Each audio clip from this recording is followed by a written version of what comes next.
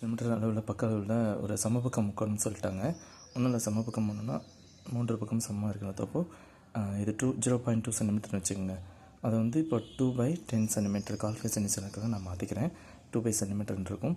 இப்போ இதுக்கு ஃபார்முலா வந்து ஆக்சுவலாக வந்து இதுக்கு ஃபார்முலா வந்து √3/4 a² இதுதான். ஓகேவா? இப்போ √3/4 இன்ட்டு 2/10 இன்ட்டு 2/10 அப்படின்ற மாதிரி வரும். இப்போது இது கேன்சல் ஆகிடும். இப்போது √3/100 cm². ஆப்ஷன் 1 தான் இதுக்கு ஆன்சர் அப்படின்ற மாதிரி. ஓகேவா? ஆக்சுவலாக வந்து சப்போஸ் இது ஃபார்முலா எனக்கு உங்களுக்கு தெரியலை அப்படின்னா எப்படி பண்ணணும் அப்படின்னா, நார்மல் ½ × b/h ஃபார்முலா இருக்குது பார்த்தீங்களா, அந்த இதில் வந்து இப்போது இதை செப்பரேட்டாக பிரித்தோம் அப்படின்னா இது செங்கோண முக்கோணம் அப்படின்னு கிடைக்கும். அப்போது இது 1/10ன்னு வரும். ஓகேவா? இது 1/10ன்னு வரும். இப்போ நமக்கு இந்த ஹைட்டு தான் வேணும், தேவை. ஓகேவா? இப்போ பிதாகரஸ் தியரம் படி 4/100 -1/100 அப்படின்ற மாதிரி வரும். ஓகேவா?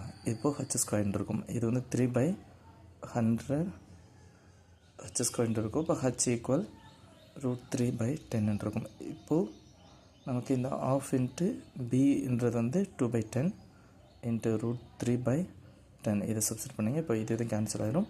√3/100 வருது. அப்போ ஆப்ஷன் 1 தான் இதுக்கு ஆன்சர். அவ்வளோதான்.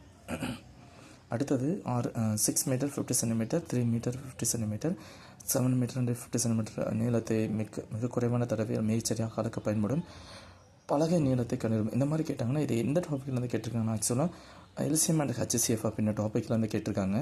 இப்போது இது எல்லாத்தையும் என்ன பண்ணிங்கன்னா 650 சென்டிமீட்டர் சென்டிமீட்டருக்கு மாற்றிடுங்க. இது 350 சென்டிமீட்டர் 750 சென்டிமீட்டர்.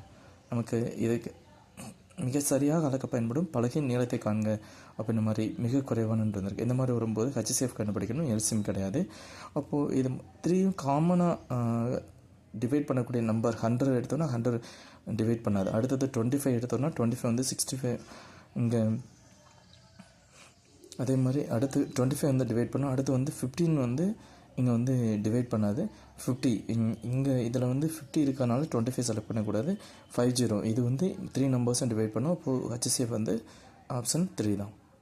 அடுத்தது 8 மற்றும் 28க்கு இடையில் உள்ள அனைத்து ஒற்றைப்படை எண்களின் சராசரி என்னவாக இருக்கும்னு கேட்டிருக்காங்க. ஒன்றும் இல்லை, இப்போது இதுக்கு ஃபார்முலா இருக்குது. ஃபார்முலா தெரியலனாலும் அதை எப்படி பண்ணணும்னு சொல்கிறேன். இப்போது 8க்கு அப்புறம் உள்ள ஒற்றைப்படை எண்களை எழுதுங்க. 9, 11, 13, 15, 17, 21, 23, 25, 27.